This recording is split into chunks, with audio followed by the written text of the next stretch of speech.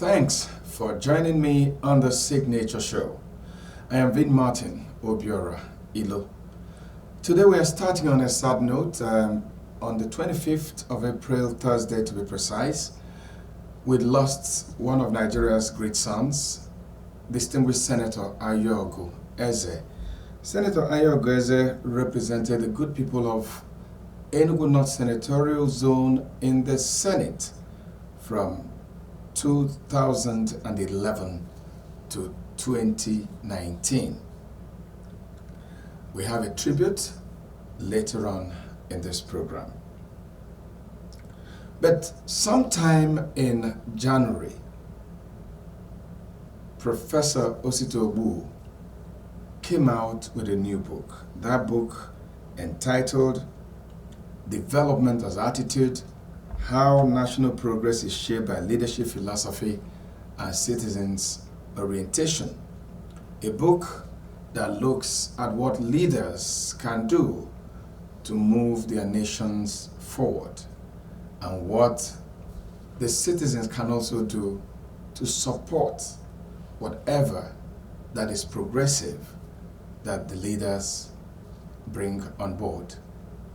We had an interview with Professor Osito Ogbu, former economic advisor to President Olusegun Obasanjo. Also, a young woman has also come with another book with a very, very curious title. Nigerian Men Will Stain Your White. It's a book, a new book by Alexandria Humphrey. We also had a chat with Alexandria Humphrey, wanted to know why the title and what the book is all about. But also in the passing week, something got trending on social media and in the news all over Nigeria. A former sole administrator of Nigerian Customs and a former General Samuel Gasky Ango, in a bid to throw his estranged wife out of a property in Maitama in Abuja, decided to destroy that property and forcefully throw his wife out. What happened? We have a story. Don't go away. Your Signature Show continues in a moment. When the issues matter and the need to know matters. The chief of staff of Nigeria couldn't go to his village because it was being occupied by Boko Haram. Politicians and political parties have massively used money to buy votes and to change the course of electoral direction. You will also remember the very APC itself set up a Rufai committee recommending restructuring doesn't mean anything. Go back to federalism. Or the fun and the fair to relieve everyday care. Life is a riddle, my son. The land bled when Uvoranwen was put in shackles. Heaven wept when Saruwiwa was laid to rest.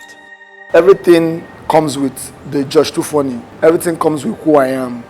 The Signature Show, your show that matters, on AIT every Sunday at 2 p.m. So let's start with that trending story on General Samuel Gasky Ango and his estranged wife, and look at how in Nigeria sometimes we do take laws into our hands. How far can we go with that? Let's listen to this report. Juliet Ango, with the assistance of policemen, thwarted attempts by her husband, retired Major General Samuel Omlago Ango, and suspected thugs to forcefully eject her from her residence on Saturday. In an exclusive interview with Signature TV, she confirmed that she has petitioned the Inspector General of Police over the incident. I had gone to see my lawyer earlier this morning. He's writing a petition to the IG. Let us write to him officially. Okay. Apart from the petition, he's saying he's going to copy some people. Then he's going to file for contempt of court. On Saturday morning, retired Major General Samuel Omlago Ango, accompanied by over 50 suspected thugs, caused substantial damage to the residence and personal possessions of his wife, Juliet Ango. According to her, the thugs gained entrance into the property by jumping over the fence and immediately started destroying various parts of the building, including the roof, windows, and parts of the fence. This is not the first attempt that they've made to break into this house. 2018, he did the same thing. But because along the line, they pleaded we should drop the case, we filed in court that time and continue with the main case. Out of that, because of, and I told my lawyer, it's okay. Since they've pleaded, let us drop it, no problem. Let us go on with the main case. Because I filed for judicial separation. What led to me filing for judicial separation was sometime in 2017, yes. He served me a letter through his lawyer. You know, all this while I had been pleading through my family members, through his friends, through friends that they should plead with him. I know that the marriage is over, but at least, please come, let us discuss. Let's see how we'll move ahead. We have a child between us. Let's discuss how things are going to be between us, how we are going to discuss about taking care of our son. He sent me a message back. He said, this is my preaching. I should stop this preaching that I'm preaching. Retired Major General Samuel Omlago Ango, who confirmed the incidents to Signature TV over the phone, insisted that the matter was in court. I've spoken to the press enough. I don't want this case to reach, as you are aware, it's in court. So let it be. Let the court take decisions. Since 2013, the house has been a subject of litigation in the FCT and Kaduna State. On the 25th of April, Thursday, 2024, Nigeria lost a great son, Senator Ayogo Eze, the senator that represented Enugu Senatorial Zone at the Senate from 2011 to 2019. Let's bring you our tribute. Prominent figures, friends and associates of the late Senator Ayogo Eze have been paying tribute to the veteran journalist and frontline politician who died on Thursday at the age of 65.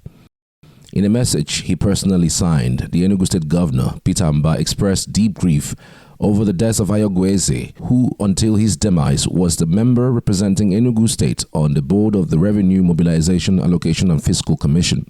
Mba said it is difficult to come to terms with such a monumental loss to the state and Nigeria as a whole, noting that the late senator served the nation creditably, starting from his home state, Enugu, where he served in several capacities to the national level. Those who spoke with Signature Television described Ayogo Eze as a man of the people who related well with virtually everyone, irrespective of position or status. Honorable Martin Oke, representing Ibuetiti Uzowani Federal Constituency in Enugu, recounts how devastated he was when he first heard the news of Ayogo Eze's passing. The former Speaker of the Enugu State House of Assembly, Eugene Odo, recalled Eze's commitment to his constituents and the number of people he facilitated their employment in federal and other establishments. I was on an oversight function at Devumaya Teaching Hospital at Uburu in Ebonyi State. On my way back around 5:30 p.m. I was in the bus and one of my colleagues talked about, said he just got an emergency call that a senator from the Southwest, Senator Eze, died. I said, which Senator Eze? So we were with one Senator Eze representing Ebonyi State 2 days ago, that we flew on the same flight to Enugu. He said it's not, it's from Enugu. I said, please show me the picture. And lo and behold, it was Senator Ayogo Eze. I collapsed. It may interest you to know that he's been able to facilitate the employment of over 151 persons in parastatals under the Ministry of Information, which ranges from NTA, FRCN, News Agency of Nigeria, and VON, and other establishments that he might have opportunity to influence appointment for his people. Former Commissioner for Lands in Enugu State, Chidi Aro, spoke of the dedication of the late senator in public service. It is tough to talk about replacement. You're talking about a journalist who got to the zenith of his profession. You're talking about a man who became a pioneer secretary of the People's Democratic Party in Enugu State. You're talking about a man who became special advisor to Governor Kwesile Nwodo. You're talking about a man who became Commissioner of Information in Enugu State. You're talking about a man who became Senator of the Federal Republic of Nigeria and Chairman of the Senate Committee on Information, the spokesman of the Nigerian Senate. You're talking about a man who, in his second term at the Nigerian Senate, became Senate Chairman, Committee of Works. You're talking about the man who served in the board of Nigerian Ports Authority as director. And you're talking about a man who died as a member of the Revenue Mobilization and Fiscal Commission in Nigeria. You see, it's something that, like I said, words fail us. In what amount of time are you going to be able to build somebody of this quality?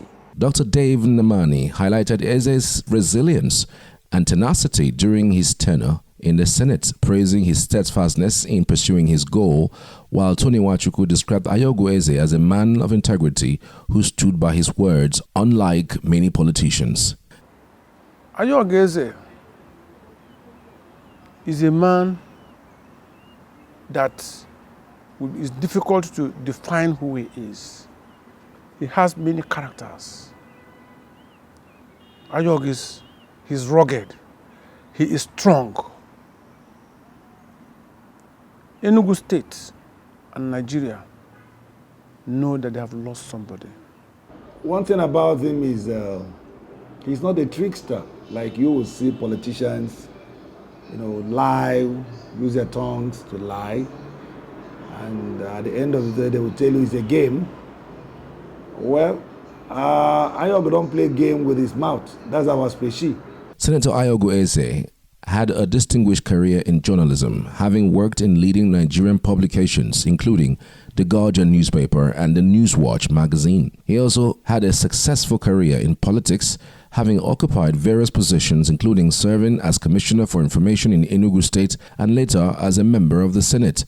Ayogu Eze's voice in the Red Chamber was very loud and outstanding, and as the chairman of the Senate Committee on Information, he saw to the establishment of a radio station in his senatorial district apart from those that were offered employment. After his re-election in 2011, he was appointed chairman of the Senate Committee on Works, during which he became a vocal advocate for infrastructure development. Senator Ayogu Eze is no doubt leaving behind a legacy of integrity, dedication and service to his community, his state and the nation.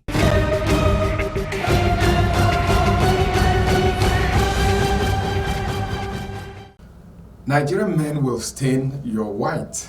What a curious title for a book by a young woman. Is this actually what this book says? What is the secret behind this title? And why is Alexandria Humphrey writing this book now? We have an interview with Alexandria Humphrey, author of Nigerian Men Will Stain Your White. My pleasure, and I must add, privilege to welcome to our program Alexandria Humphrey. Alexandria, welcome to our show. Thank you for having me. Yes, Nigerian men will stain your white. Are we that dirty? That if we come in contact with a woman, we are going to stain their dresses? Okay, so it's an expression. Oh, an expression? Yes, in lingua, like slangs now, it actually means that they will embarrass you, not really? Literal staining. Are we that bad? You guys can be at times. Oh, really? But then the title of the book stems from the main character. Without reading it, you might think, oh, it's just land as all Nigerian men. But the main character of the book is Ghanaian. Oh. So that's why the Nigerian is there. Okay. She has an experience with Nigerian men. And her friends too also. Okay, is this your first book? Is this your first romance with writing? I I've been writing for a while, but this is my first officially published book. Others were just on blog sites, just little stories here and there. So, were you writing to make some money? I was writing for fun then. I didn't even think of the idea of money. Okay. I remember then my mom used to always shout that why am I wasting this talent?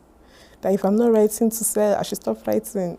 It was always like, she'd be like, why not do it as a career than just wasting your time writing? So I want to believe that in the university, maybe you read English or literature? No, I did sociology. Okay. So let's talk about it. At what point in your life did you notice that you had this talent to write? Okay, I first wrote in primary 5. Primary 5? Yes. But then it was serialized after kids' novels, like the usual stories you'd have read then at that age. So what I did was, we had a lot of A4 paper at home. So I cut them into like rectangles, then made use of the stapler and I stapled them together and I wrote. So obviously I couldn't write for all of them, so I wrote the first copy, then my siblings helped me reprint them with hand because they couldn't get access to a photocopier machine. And I went to school and I just shared it to people. And my mom came back and she was so pissed. Why? Why did you just share it that you'd have sold it? Oh my God, at class, at elementary 5. Okay, so it was an early thing, you know. Yes. So all these years, from primary 5 to secondary school to university, it was a passion that you just continued with? Yes, most especially during secondary school. I had like a book I would just buy. I'll design the cover myself, paint on it, you know, like ideas that just came to me. Then I would start writing during my free time. Especially doing assemblies, like on Friday we had these very long assemblies and I'd always carry my book because we sat down on Fridays. And while the assembly was going on, I would just be writing down something. So what I usually did was, the books were available for anyone who wanted to read it. You just gave them? I just gave it out. What kind of feedback did you get? They were pretty nice feedback, but at that point in my life, I was influenced more by foreign authors. So my style of writing was quite different. I was used to writing like them, my settings were not in Nigeria. My tone and everything were not what you usually see in a Nigerian novel. But over time, like this book would be my first Nigerian setting. So it was more of a challenge to myself. Tell me about this book, Nigerian Men Will Stain Your White. So basically, it's about 4 friends. Though the main character is Ghanaian, like I said before. And she had the opportunity to school here and ended up staying back because she ended up marrying a Nigerian man. So now, out of these 4 friends, she's really one of them that is married and the rest are single. So she helps her friends because she always believes that they will still find love, that love isn't impossible. And she's a therapist, also a psychiatrist. So she helps them with their main troubles. So this book tells about their journeys as they try to find the perfect one, but most often than not, they end up meeting the wrong people. They get exploited? They get not necessarily exploited. There's this saying that they say Nigeria is a very crazy place. You meet people of different characters. So the story just tells the different people they meet, their experiences with them. Meanwhile, the main character, she feels like she's safe from all those. She's thankful that she married the right person. And the only issue she could say she hasn't liked her mother-in-law, who is not happy because she's not Yoruba. But apart from that, her life is perfect. But then the end of this book tells her that not everything that seems perfect is perfect because she has her own surprise waiting for her at the end. What happened? You don't want to tell us? You'd have to read the book. I knew you were going to tell me that. Okay. What message are you trying to convey in this book? Yes, because I understand that every author, when you write, you have a message. There's something you're pushing. There's something, you want the world to learn. Yeah, so writing this book, I expected it to be a relatable experience, something you could just click and connect to. So over time, I didn't really have any specific lessons in it. But when I was done and I sat down and I looked at what I did, so I found out there were like little advices hidden within.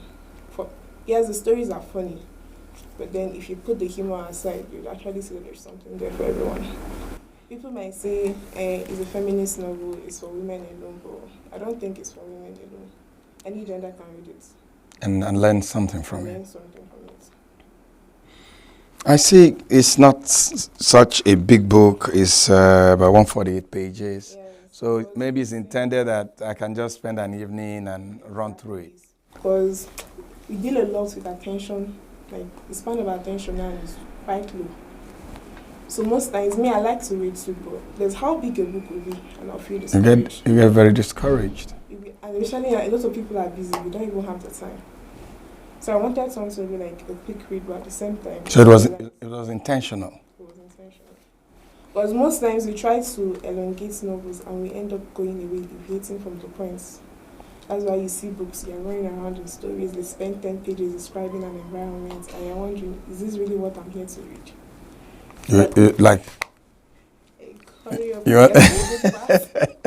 You want to get to the very exciting part of it. When I read the book, I saw that a lot of contemporary issues we see every day, like side chicks, my guy, stuff like that. It's today's society, the way we live, the things we see, the things that happen around us. Was it part of what influenced your story? Yeah, like I said, I wanted it to be very relatable. Okay, so I got this idea as far back as 2022, but I didn't write it down because I didn't have the time. I think we're on strike then, a very long strike. And I found myself in a group chat where people were just talking about experiences. Then later on, I stumbled across a page on Instagram, I think Lagos Wild Nights or something like that, where people would just narrate the date experiences they have. And I'm like, this would actually be a fun idea to write about. So when I started writing the book, the only thing that was in my head was the title. I didn't know how to develop it. Then over time, more ideas started coming. At some point, I'd write some chapters before. There was not really any order to it. Just anything that comes to your mind, pen it down, then later you look for how to join it or arrange it. But writing a book, it seems easy. Like that initial idea, you think, it's not just to write it. But when you actually start, you realize that there's work.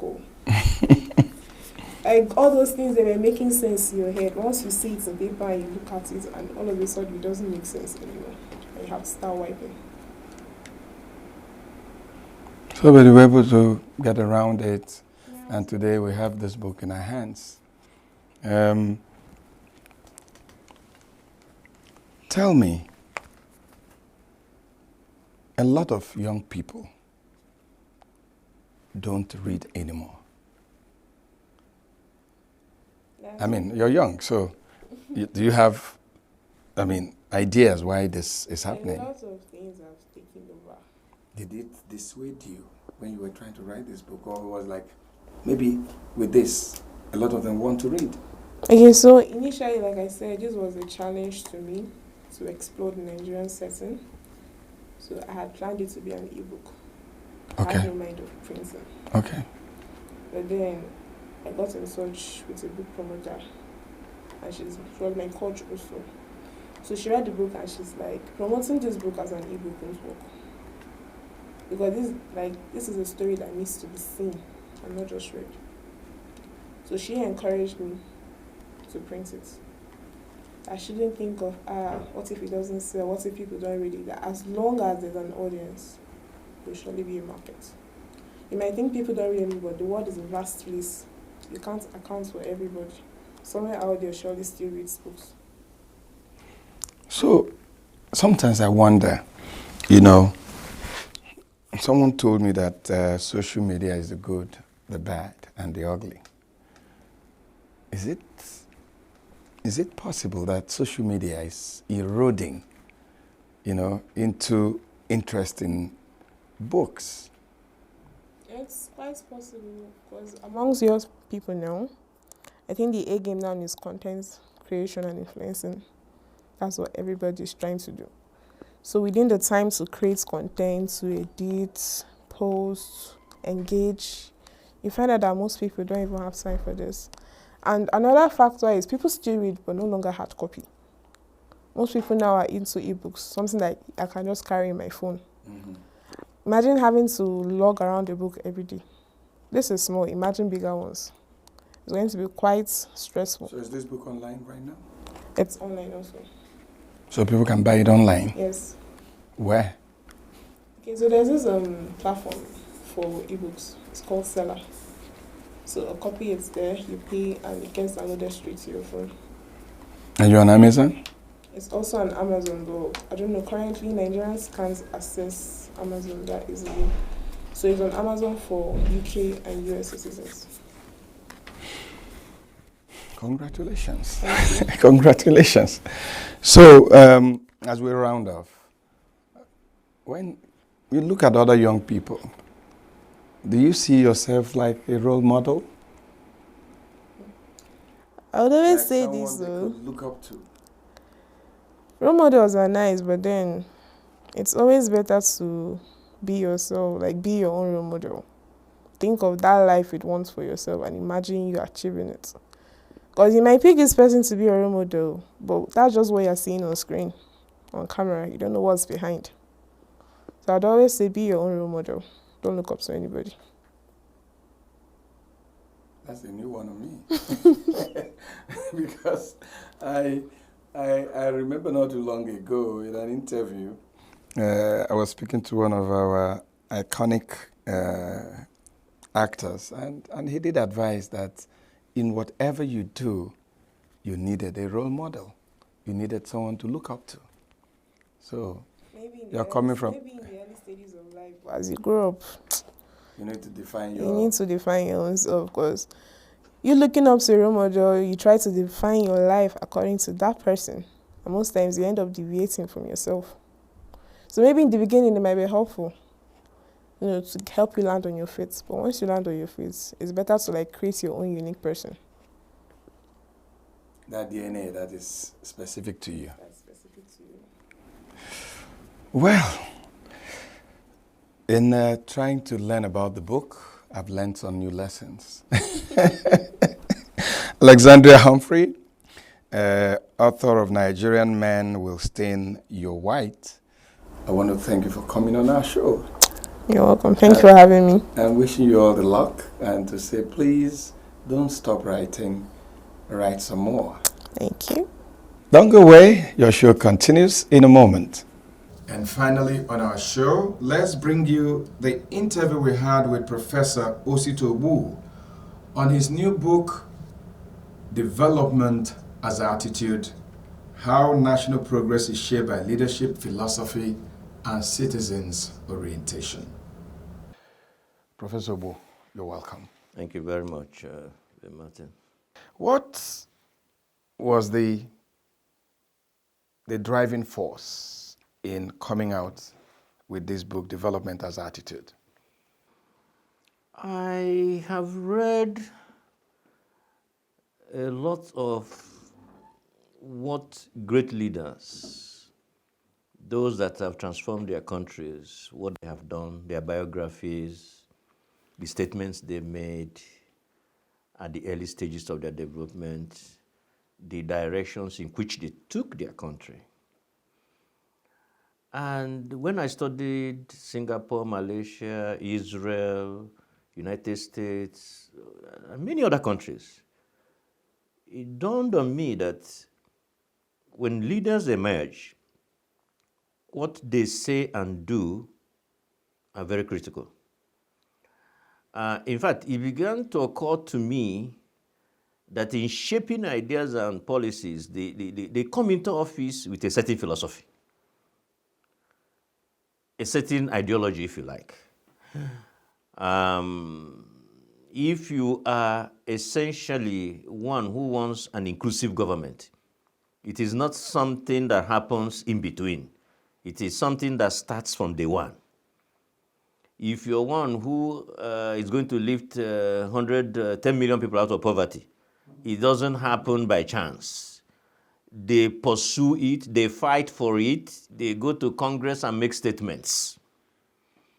So I'm sure in the course of the conversation today, I will be able to illustrate some of the points that I'm making now. But that was what gave me the idea that leaders must shape progress with their own ideology, philosophy, values, and knowledge. And when you don't have knowledge, you gather people who have knowledge. So it's an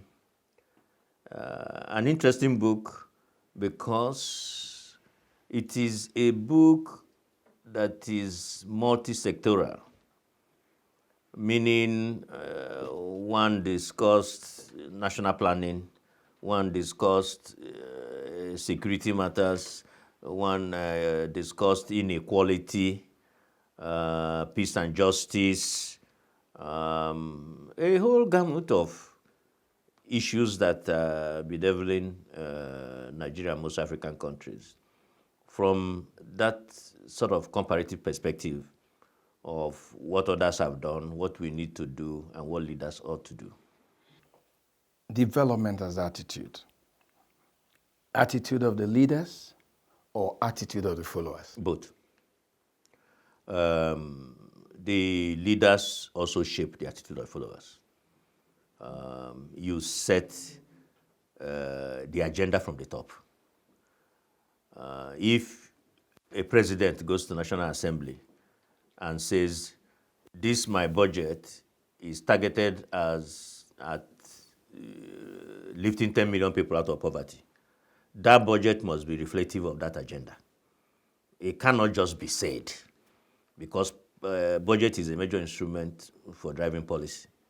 So if you don't set that agenda from the top, the Congress might also not follow you. If they see that you're going zigzag, there's no focus on the budget, then they begin, even the so-called budget padding comes from a sense that the Parliament gets, the Congress gets, the Senate, House of Reps, they get a sense that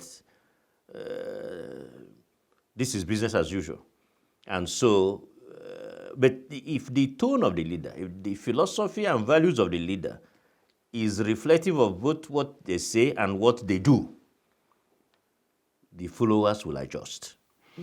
And it looks like this gives credence to the principal agent actors theory in development, where the leaders, the principal agent, has a lot of influence in what happens to the followers. Absolutely. Let me give you an example. In 1937, let me go back, Franklin D. Roosevelt, then President of the United States, wanted what he called a fair access to housing, fair and equitable housing access. That's what he called it. And when he took this to the American Congress, you know how Americans are, they thought this was a socialist idea. This was 1937. But guess what, Martin, look at what he said. He said, necessitous men are not free men. Those without jobs, food, and housing cannot be considered citizens and should not be held responsible for citizenship responsibility. This is him addressing Congress. That when people are hungry, unhoused, unemployed, don't expect them to exercise the responsibilities of citizenship. And in fact, in my own case, I've even added to say, when these citizens see the inequality widening, meaning a few are garnering what belongs to all of us, it becomes even worse. That citizenship responsibility even declines further. So, but he fought through, and enacted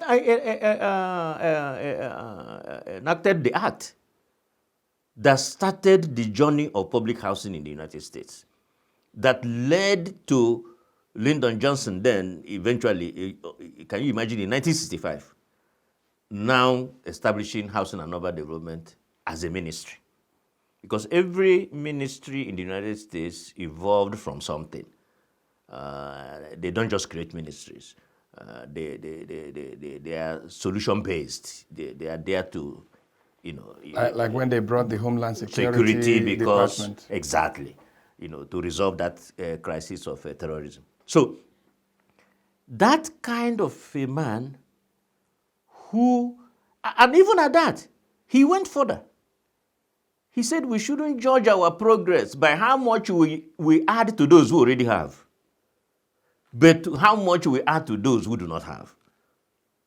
So if the number of private jets in Nigeria is increasing and poverty is increasing, we should be worried. But the leaders, you can see the leader crafting a statement, pursuing it and saying, no, you guys don't understand. We need to do things for the less privileged. And this is where somebody like Jack Onde, which is also, I wrote in the book, comes in as a guy who did 30,000 housing units for the low income. That has never been equaled. When I was asked to give lecture on Jack Onde, and I said, why don't you tax those who are building in Ikoyi, Banana Island, and use it to provide housing? Because you know that land, in Banana Island, Ikoyi, belongs to the state, which means it belongs to all of us, including the rich and the poor.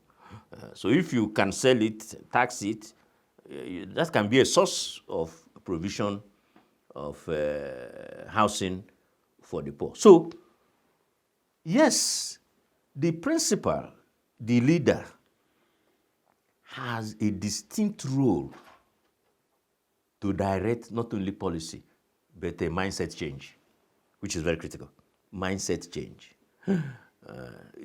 Among those who are either his agents or even those who are in Congress or Parliament or House of Reps or Senate, who are not necessarily his agents, but from his actions, his words, his policies, he can begin to change the mindset around how we do things. And that gives me the impression of when they say leadership by example. Yeah. Okay, let's localize what you have done in this book as it affects Nigeria. The year between 1956 and 1966 looks like it was the golden age of Nigeria's development. And we had three men, to thank for this.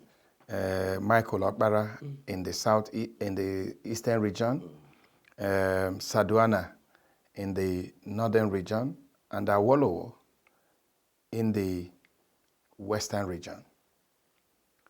When we look back, most of the industries, let me go to the southeast for instance, most of the industries that exist in the southeast even today, in the greater part of south-south, were creations of Michael Okpara between these years I talked about. When you talk about the pyramids, the granite pyramids, or you talk about the cocoa and the cocoa house and the Western Broadcasting University of Ibadan, University of Nigeria, name them. These things were creations of these men and their team. Is there something that is different in the attitude of those leaders and the attitude of the current leaders who have money coming from the Federation account every month? They have oil and all that, because when we are talking about the period we are talking about, there was no oil. It was palm kernel, the groundnuts, cocoa, and all that. What is that fundamental difference in attitude between these groups of people? They were fundamental. First of all, these men you mentioned, Pawolowo in the west, Michael Okpara in the east, Saduana Sokoto, Ahmadu Bello in the north, were the people that fought for the independence. So first of all, there was that spirit that they fought for something, got something, and they wanted to also demonstrate value. but they were also men of value. When I was writing about Jaconde, for instance, I had to dig deep into his background. You know, part of the crisis we have is crisis of recruitment of leaders. Jaconde wasn't a person of means, so how come he became governor of Lagos State? He was truly, truly embedded in the philosophy of Awoism. And if you go and read how Awo established, many people don't know what he went through to establish that free education that he had in the West. His budget was off the mark because he didn't anticipate the enthusiasm, the sort of the numbers that will show up. That wanted to go to school. That wanted to go to school. But you see, an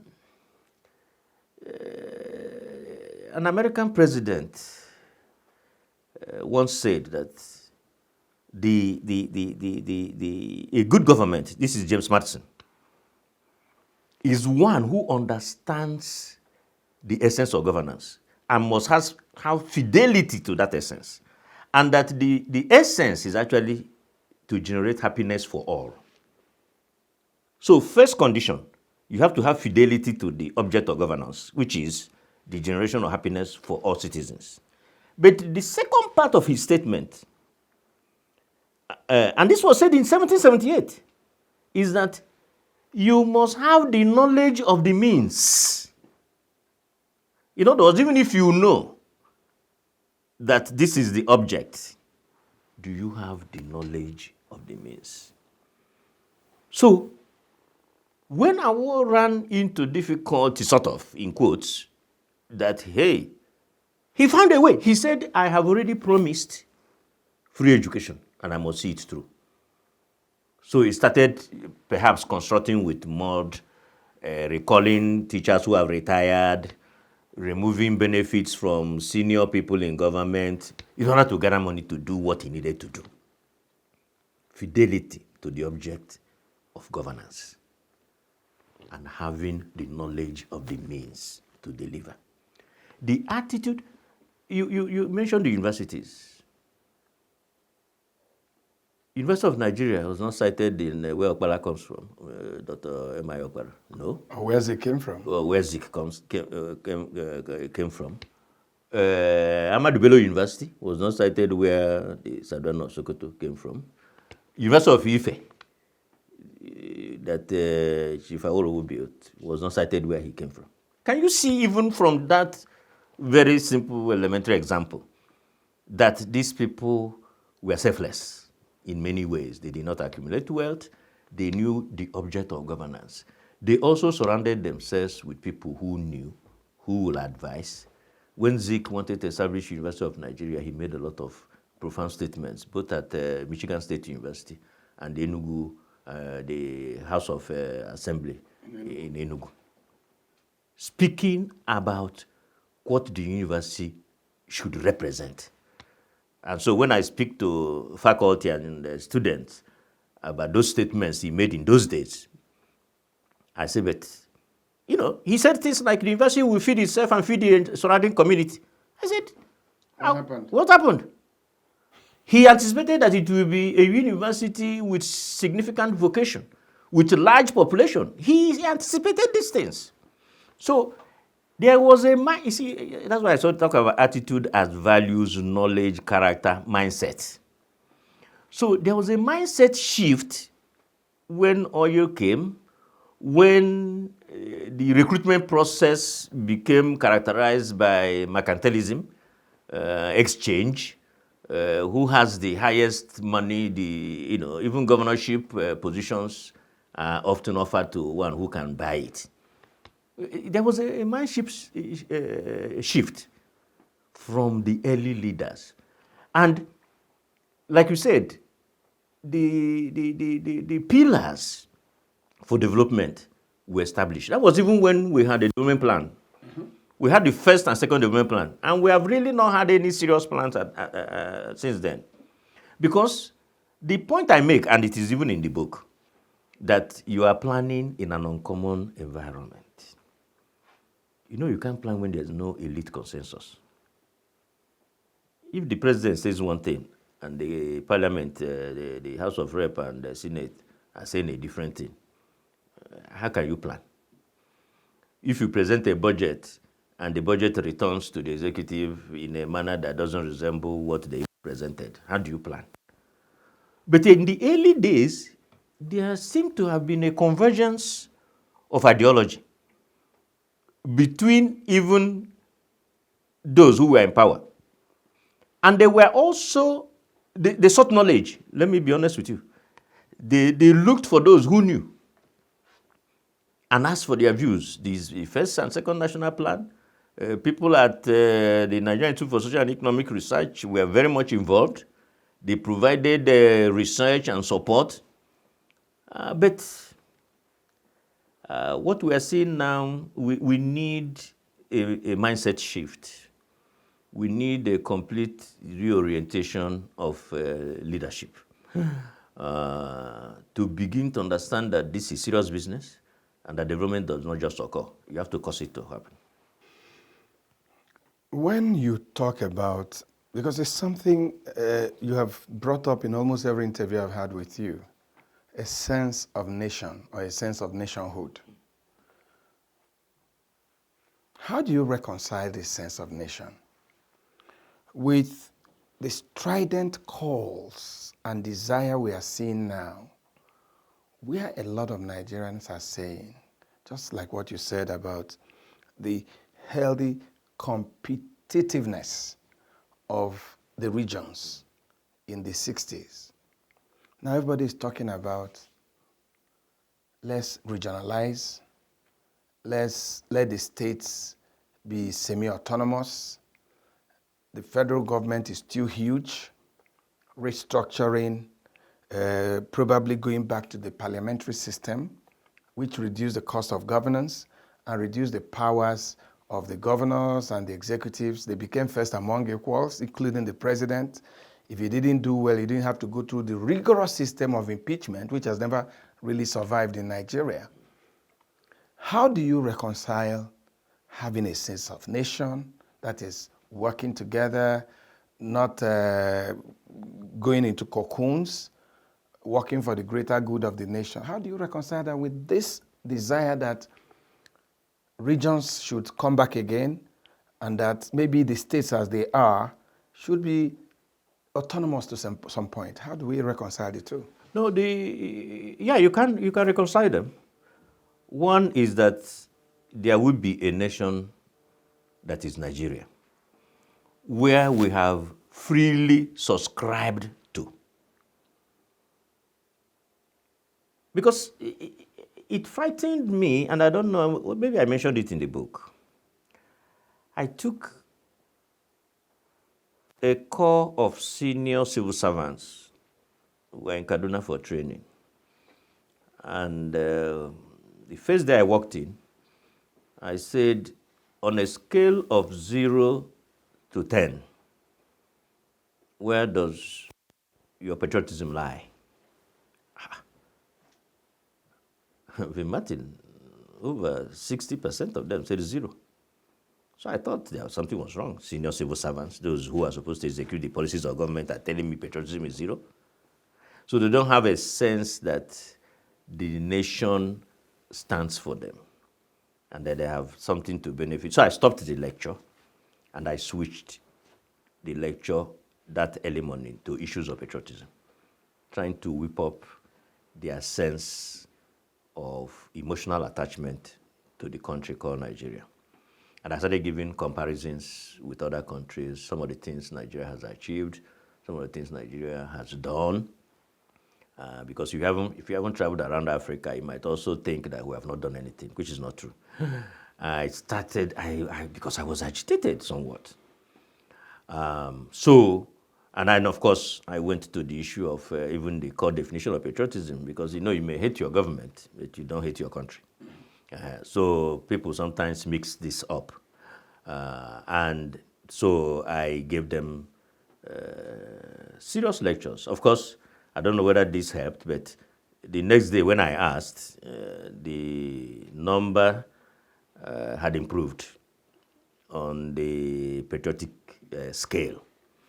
But that's the pointer. So the agitations are coming from, you have not seen a galvanizing leader that says, we are one, I recognize the pains of all, what is your problem, let's resolve it, what are you agitating for, so those are there.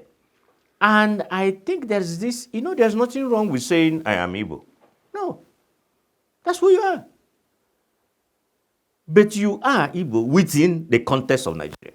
You are Yoruba within the context of Nigeria. You are also within the context of Nigeria. So Mahathir Mohamad had a similar challenge in Malaysia, the prime minister. Malaysia has Malays, Chinese, Indians, and others. And so a beautiful national plan was written for him. He said, no, I have to put this aside first. Let me build a nation first. You will be Malay within Malaysia, but within the context of Malaysia. You will be Chinese, but you will still be Malay uppermost. So he re-engineered the economy to make sure that perhaps the dominance of the Chinese did not mean that the Malays did not have a foothold, creating a sense of belonging. So I was in Malaysia and I saw things. I saw big cars, I saw small cars, I saw everybody was eating out, big restaurants, small restaurants. There is a sense of belonging. You can't have this huge poverty. That's the point I was making earlier. How do you create citizens when they don't have food, job, and housing? So perhaps what is being said is the region will create a sense of region, and then we can subscribe to those things that make nation, defense, foreign affairs, and so on and so forth. There is some argument in it. There is an evaluation that needs to be made, because transnational leaders, though that can put the various ethnicities together, seems to be eluding us. So if you can't have that galvanizing figure, or the system does not allow such a galvanizing figure to emerge, then you understand the problem. Because the system itself, if properly operated, could have thrown up such a leader. But the current system is controlled. We're rounding off. Thank you.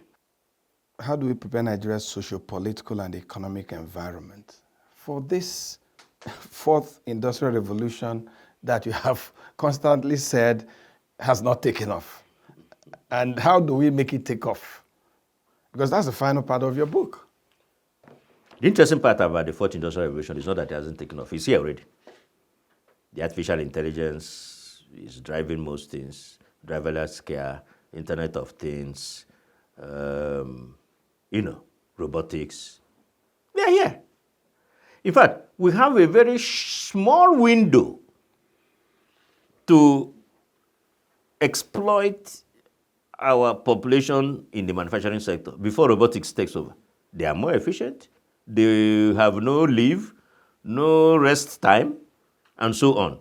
But they are still very expensive, let's be honest. So we have a small window that we can still exploit. But, the state of Israel, and I forgot to give an example from there.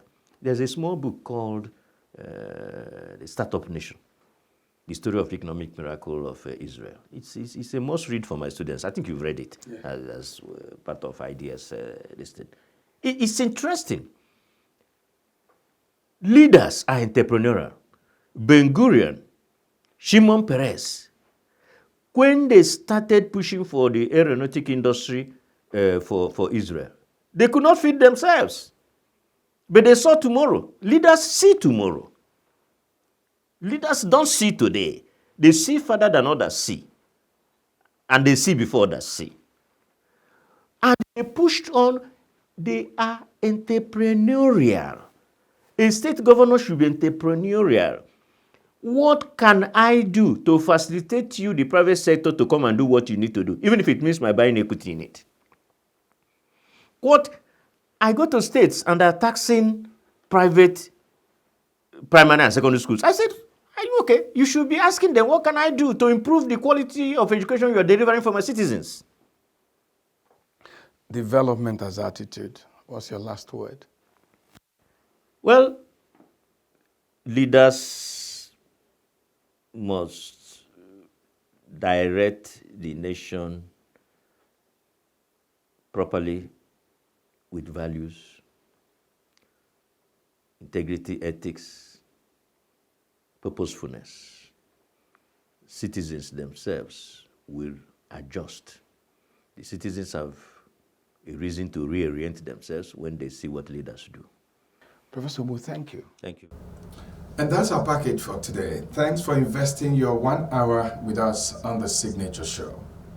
And also, don't forget that you can watch this show again or watch our other programs if you go to signaturetv.org, or you can contact us through any of our social media handles. And until same time next week, this is Vin Martin Obiora Ilo from Abuja in Nigeria. Thanking you for being part of this.